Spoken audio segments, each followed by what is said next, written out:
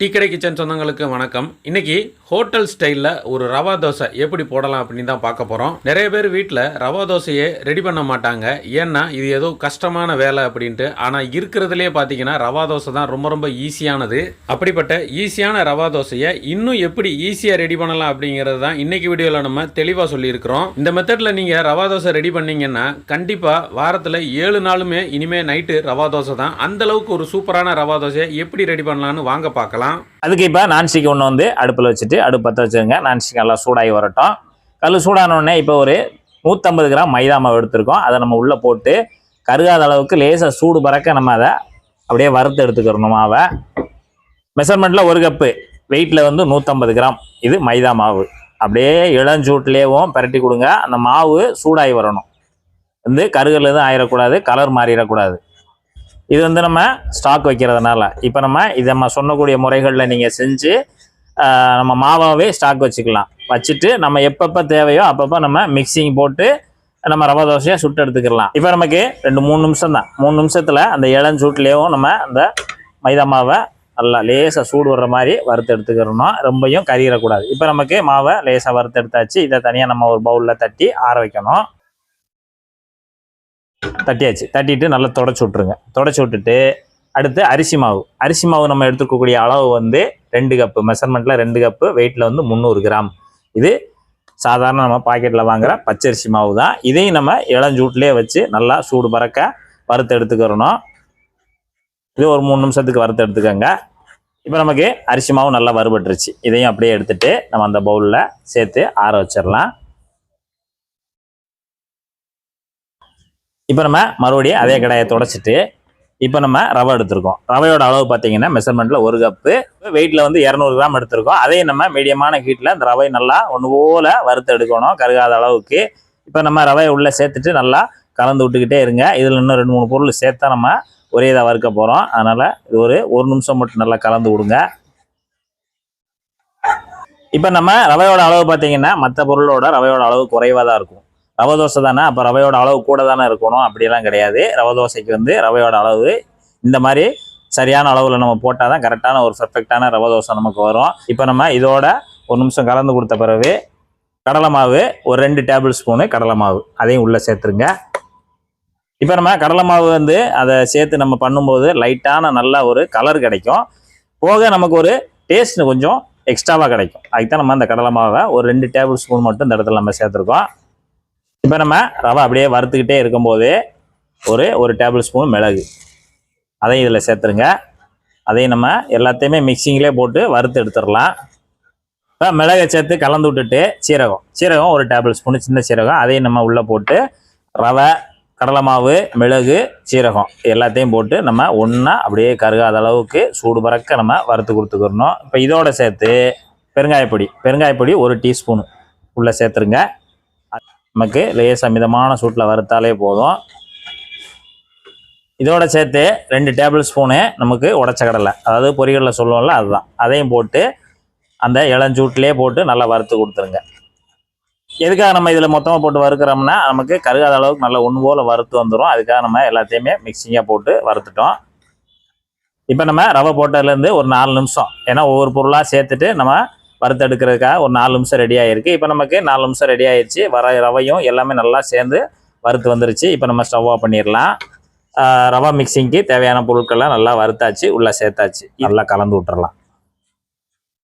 இப்போ நம்ம free mix ready ஆயிடுச்சு. ரவா தோசைக்கு ஃப்ரீ மிக்ஸ் ரெடி ஆயிடுச்சு. இப்போ நம்ம ரெடி ஆனதை எப்படியெல்லாம் செய்யணும் அப்படின்றது அது ரொம்ப முக்கியம். அதை ரொம்ப கவனமாக பார்த்துக்கிட்டே வாங்க. ஏன்னா நமக்கு ரெடி ஆயிடுச்சு, இனி நம்ம கலக்கிட்டு சுட்டுடலான்னு மட்டும் நினைக்கக்கூடாது. அதுலேயும் நிறையா தகவல்கள்லாம் இருக்குது. அதனால் நீங்கள் வீடியோவை ஸ்கிப் பண்ணாமல் பார்த்துட்டே வாங்க. இப்போ இது நல்லா ஆறின பிறகு நம்ம டப்பாவில் போட்டு மூடி வச்சுக்கிடலாம். அப்புறம் நம்ம எப்போ நம்ம ரவை தோசை ஏன்னு நினைக்கிறோமோ அது எந்த அளவில் எடுக்கணும், அது கூட என்னெல்லாம் சேர்க்கணும், அதை சேர்த்துட்டு எந்த அளவில் தண்ணி சேர்த்து அதை மிக்ஸ் பண்ணி ஒரு ரவை தோசை நல்லா மொறுன்னு போடணும் அப்படின்றத நம்ம அடுத்து பார்ப்போம். இப்போ நம்ம மொறு ரவை தோசைக்கு இப்போ இதிலிருந்து எவ்வளோ எடுத்து எவ்வளோ தண்ணி சேர்த்து எப்படி நம்ம மாவை அதை ரெடி பண்ணணும் அப்படின்னு தான் நம்ம பார்க்க போகிறோம். இப்போ இதில் மெஷர்மெண்ட்டில் 2 கப்பு மாவு எடுத்துருக்கோம். நம்ம கலந்து வச்சுருக்கக்கூடிய மாவில் 2 கப்பு எடுக்கிறோம். எடுத்து தனியாக ஒரு பவுலில் சேர்த்துடலாம். இப்போ நம்ம ஒரு டைம் வந்து நம்ம மொறு ரவை தோசை செய்கிறதுக்கான மாவு மட்டும் தனியாக எடுத்துருக்கோம். மீதி இருக்கிறத நீங்கள் ஸ்டோர் பண்ணி வச்சுக்கோங்க. எப்போ தேவைப்படுதோ அப்போ பயன்படுத்திக்கலாம். இப்போ நம்ம ரவை தோசைக்கு தேவையான உப்பு சேர்க்க போகிறோம். ஒரு அரை டீஸ்பூனு தூள் உப்பு, ஒரு 50 ml வந்து சன்ஃப்ளவர் ஆயிலு 50 ml மட்டும் சேர்த்துக்கோங்க. இப்போ நம்ம இந்த எண்ணெயும் அந்த உப்பையும் சேர்த்துட்டு நல்லா கலந்துக்கோங்க. இப்போ நல்லா கலந்தாச்சு. கலந்தது பிறகு இங்கே ஒரு 3 பச்சை மிளகாய் நல்லா வட்ட வட்டமாக வெட்டி வச்சுருக்கோம். அதை நம்ம உள்ளே சேர்த்துக்கலாம் காரத்துக்கு தகுந்தாப்புல. ஒரு 3 கொத்து கருவேப்பிலை நல்லா பொடுசாக வெட்டி வச்சுருக்கோம், அதையும் நம்ம உள்ளே சேர்த்துடலாம். மல்லித்தலை அதே மாதிரி ஒரு கொத்து எடுத்து நல்லா பொடுசாக வெட்டி வச்சுருக்கோம், அதையும் சேர்த்துடலாம். கேரட் ஒரு சின்ன கேரட் எடுத்து நல்லா பொடுசாக துருவி வச்சுருக்கோம், அதையும் நம்ம உள்ளே சேர்த்துக்கலாம். ரொம்ப சேர்க்க வேண்டாம், கொஞ்சமாக சேர்த்தா போதும் இந்த அளவில். இப்போ நம்ம இதில் ஒரு 1/2 லிட்டர் தண்ணி சேர்க்குறோம். மாவோட நல்லா கலந்து கொடுத்துருவோம். நல்லா கலந்த பிறகு இது நம்ம கொஞ்சம் ஊறணும், ஊறி வரணும். அதனால 10 நிமிஷம் மட்டும் நல்லா ஊறி வரட்டும். அதுக்கப்புறம் நம்ம ஊறினதுக்கு பிறகு மறுபடியும் தண்ணி சேர்த்து அதை நம்ம தோசையை ஊற்றுற பக்குவத்துக்கு தண்ணி சேர்க்கணும். அப்போ நம்ம கொஞ்சம் ஊறி வரட்டும், அது வரைக்கும் வெயிட் பண்ணுவோம். இப்போ நமக்கு ரவை நல்லா 10 நிமிஷம் ஊறி வந்துருச்சு. இப்போ ஊறி வந்ததை இதில் மறுபடியும் தேவையான அளவு தண்ணி சேர்த்து நம்ம லூஸ் பண்ணணும். சேர்த்துட்டு நல்லா கரைச்சிக்கோங்க. நான் கலந்துட்டு எவ்வளோ தண்ணி தேவைப்பட்டிருக்கு, எந்த அளவுக்கு அந்த ட்ரெக்ஷன் இருக்குன்றதை சொல்கிறேன். இப்போ நம்ம ரவை தோசைக்கு மொத்தமாக 800 ml தண்ணி சேர்த்துருக்கோம். அதாவது 2 கப்பு மாவுக்கு 800 ml தண்ணி சேர்த்து நல்லா கலந்தாச்சு. நம்ம தோசையை ஊற்றி எடுக்க போகிறோம். இப்போ நம்ம மொறு ரவை தோசை சுட்டு எடுக்க போகிறோம். அதுக்கு நம்ம நான்ஸ்டிக் தோசைக்கல்ல அடுப்பில் வச்சாச்சு. கல் நல்லா சூடாயிடுச்சு. சூடானோடனே கொஞ்சமாக தண்ணி லேசாக தெளித்து விடுங்க. தெளித்து விட்டுட்டு இங்கே நம்ம காட்டன் துணி நல்லா ஒயிட் காட்டன் துணி வச்சுருக்கோம், அது லைட்டாக தொடச்சி விட்ருங்க. கல் வந்து நல்லா சூடாக இருக்கணும். இரும்பு கல்லாக இருந்தாலும் பரவாயில்ல, உங்கள்கிட்ட ஏற்கனவே பழகுன கல்லாக இருந்துச்சுன்னா அதுவும் இதே மாதிரி நல்லா வச்சுட்டு சூடு பண்ணிவிட்டு தண்ணியை நல்லா தெளித்து விட்டு நல்லா காட்டன் துணி வச்சு தொடச்சிருங்க. தொடச்சிட்டு கல் நல்லா சூடாகிக்கிட்டு இருக்கு. இப்போ நம்ம இங்கே ஏற்கனவே நல்லா கலந்து வச்சுருக்கோம்ல, ஊற்றுறதுக்கு முன்னாடி நல்லா ஒரு தடவை கலந்துக்கோங்க. டம்ளர் இல்லைன்னா இது மாதிரி ஒரு கிண்ணம் ஏதாவது வச்சுக்கோங்க, அதை எடுத்துக்கிறதுக்கு வசதியாக இருக்கும். நல்லா ஒவ்வொரு தடவை ஊற்றும் போது நம்ம அதை கரைச்சி கலந்து தான் ஊற்றணும். இதில் தேவை தக்கன கொஞ்சம் எடுத்துக்கங்க. மேலே தூக்கி பரவலாக அப்படியே விடுங்க. அப்படியே பரவலாக அங்கங்கே அது மாதிரி தெளிச்சு விட்ட மாதிரி விடுங்க. நம்ம தோசை ஊற்றி ஒரு 2 நிமிஷம் ஆச்சு. 2 நிமிஷம் நல்லா வெந்துக்கிட்டு இருக்கு. நல்லா ட்ரை ஆயிரும். மேலே மாவு கூட நல்லா ட்ரை ஆனோடனே கொஞ்சமாக எண்ணெய் அப்படியே லேசாக பரவலாக எண்ணெயை தெளிச்சு விடுங்க அங்கங்கே.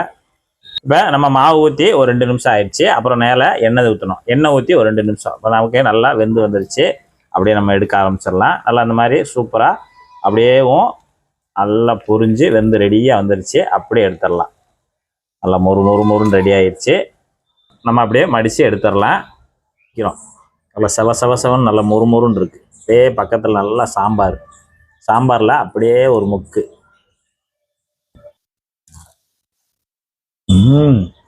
ரவை தோசை அப்படியே முழுக்க அப்படியே மொறுன்னு இருக்கு. அட்டகாசமாக இருக்குது. அதுவும் போக சாப்பிடும்போது நீங்கள் எப்பயுமே சாம்பாரை வந்து ரவை தோசையில் ஊற்றிடாதீங்க, தனித்தனியாக வச்சுக்கோங்க. தனித்தனியாக வச்சுட்டு இப்படியே தொட்டு சாப்பிடணும். ஏன் சொல்கிறேன்னா, அந்த ரவை தோசையில் நீங்கள் ஊற்றிட்டீங்கன்னா அந்த மொறுப்பு பூரா அந்த சாம்பார் பூரா மொறுப்பை காலி பண்ணிடும். ஏற்கனவே இவ்வளோ நைஸாக நீங்கள் சுட்டு கொடுத்தீங்கன்னா கண்ணு மூடி முழிக்கிறதுக்குள்ள தோசை காலி ஆயிரும் ரவை தோசை. அந்த அளவுக்கு சூப்பராக இருக்குது. இதே மெத்தடில் நீங்களும் ஒரு ரவை தோசை செய்து சாப்பிட்டு பார்த்துட்டு எப்படி வந்ததுன்றதை மறக்காமல் கமெண்ட்டில் சொல்லுங்கள். நன்றி, வணக்கம்.